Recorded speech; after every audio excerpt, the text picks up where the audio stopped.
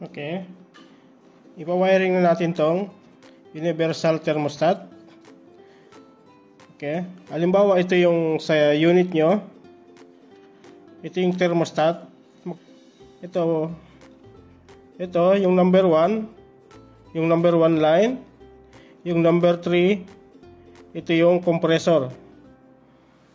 Kung sa chilled water mo ilalagay, yung number 3, yung sa actuator, sa cooling valve.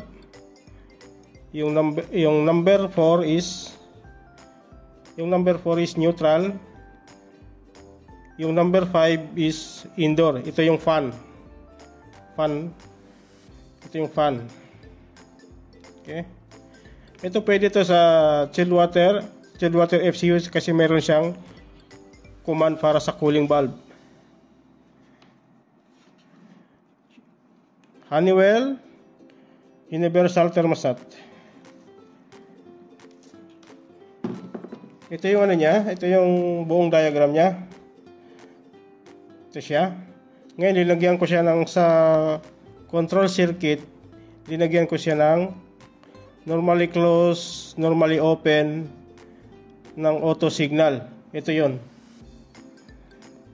Para kahit di mo napindutin, pagka naka-manual kasi, pag naka-manual, pipindutin natin. Pag naka-auto, hindi na.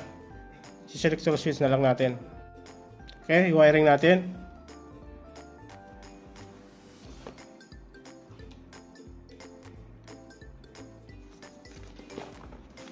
Ang sabi dito, itong red, ilalagay natin sa normally open ng timer. Ito yung normally open ng timer. Number 14.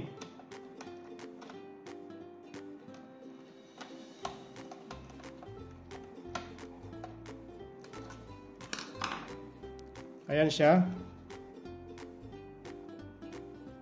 Normally open ng timer, number 14. Ito yung red na to. Ito siya, number 14.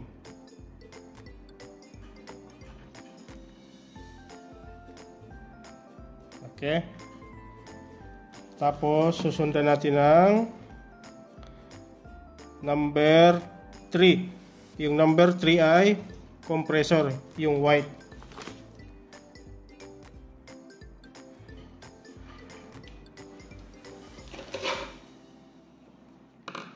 Yung white, ilalagay natin sa A1 ng contactor.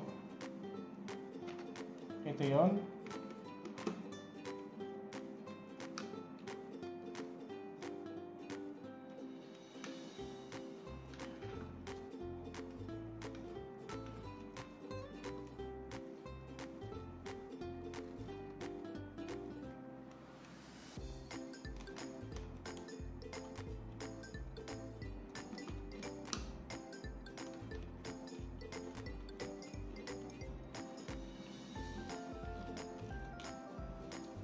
Okay.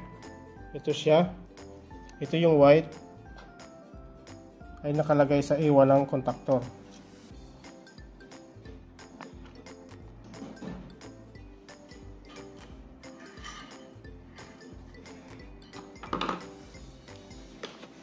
Tapos yung green sa A1 ng blower. Ito. Yung green.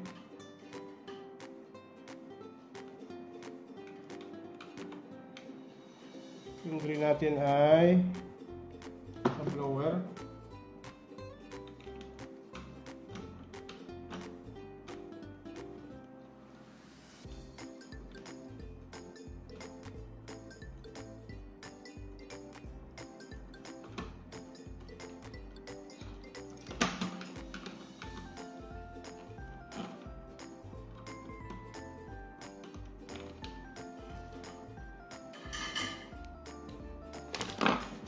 Yung green natin, yun ang indoor. Tapos yung black natin ay neutral.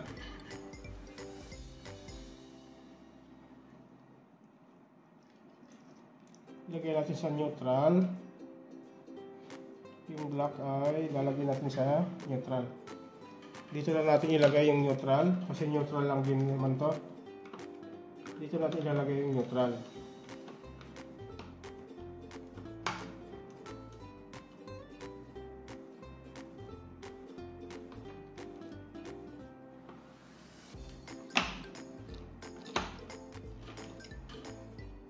Okay.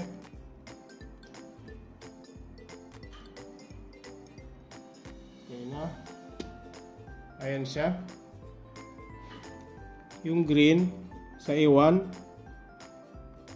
Tapos yung white. Ito yung white na to. Ito yung neutral. Kaya dito ko na rin kinurit yung neutral, yung black. Okay. Tapos na. Yun lang. Nakabit mo na kagad yung Honeywell thermostat. Honeywell Universal Thermostat. Ganun lang ang connection niya, mapapagana mo na ang unit. Halimbawa, chilled water AC unit, ganito lang din ang connection niya. Yung number 3 sa cooling valve actuator, para pag nag-automatic siya, na-reach na yung temperature, mag-close yung actuator. Pag bumalik ulit yung na-reach niya ulit yung set point, aandar na ulit siya. Alam siya. Pagka tumaas yung temperature, magbibigay ulit ng command yung number 3 sa actuator valve, sa cooling valve. Open close lang. Okay, ngayon paandarin natin.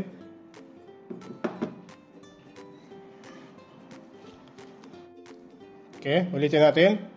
Ito yung sa auto signal. Galing daw ng selector switch, pumunta ng normally close, normally open ng. Ito kasi to, pwedeng normally close, pwedeng normally open. Ito yung auto signal. Galing daw ng selector switch, pumunta ng R1 ng relay, A1 ng relay. Okay. Ito siya. Yung auto signal natin. Normally close, normally open. Bumalik ng R1 ng A1. Okay, ngayon paandarin natin. Okay. On natin. Ngayon, naka-stop indication. Ngayon, ima-manual lang natin. Pagka ito manual. Naka-manual siya. Pagka ganito, auto. Ngayon, ima-manual natin. On natin. Yan.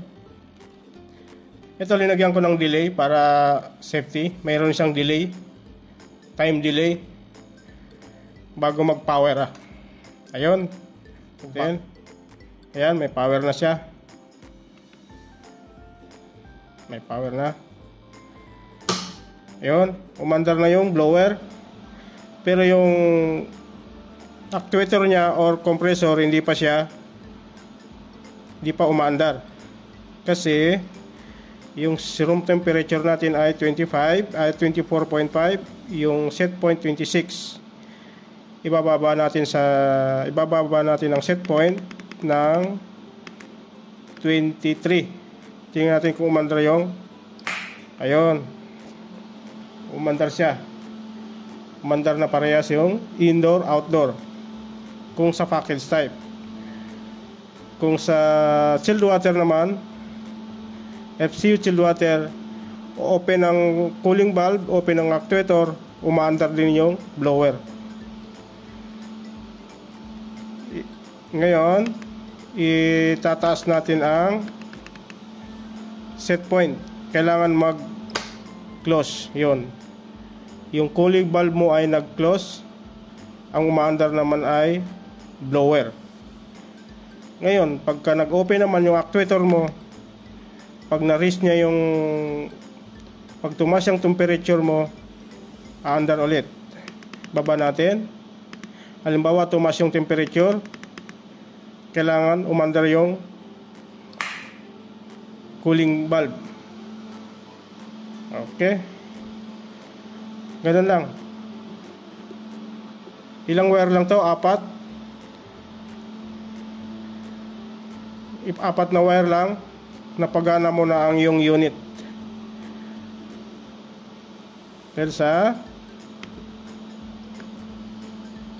Dahil dito sa Honeywell Universal Thermostat.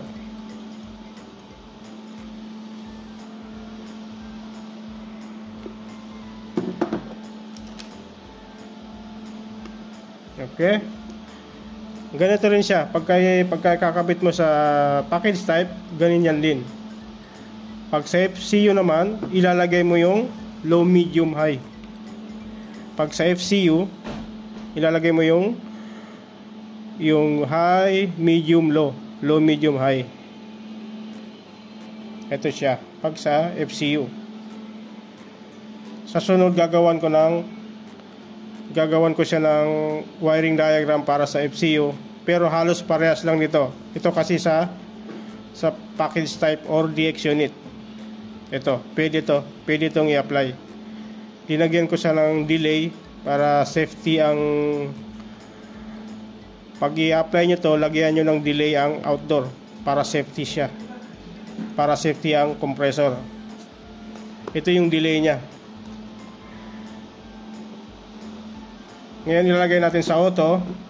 Off muna natin. Ilalagay natin sa auto.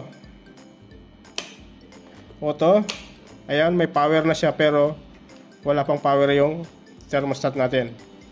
Kasi may delay. Ilalagyan ko na siya ng 5 seconds. Ayun, meron na siya. Nag-power na ulit. Tayo natin. Ayan, umandar na siya. Umandar kagad yung kung sa FCU, umandar yung cooling valve. Nag-open yung cooling valve. Umandar yung blower. Pagka na-reach niya yung temperature, magka-cut off siya.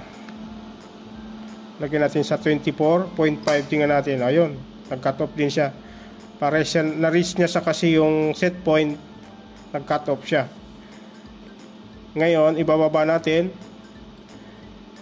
Halimbawa, lumamig siya. Kailangan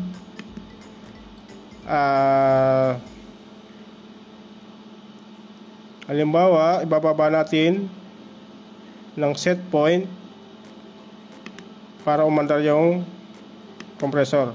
Lagyan natin sa 23. Ayun, umandar siya. Cool on. Pag nag-cool on siya, meron siyang indication dito na nag-cool na siya. Na nagbigay na siya ng command sa outdoor or sa actuator valve, sa cooling valve. Okay. Okay, yun lang po. Thank you. Ito yung diagram niya. Ito yung buong diagram niya.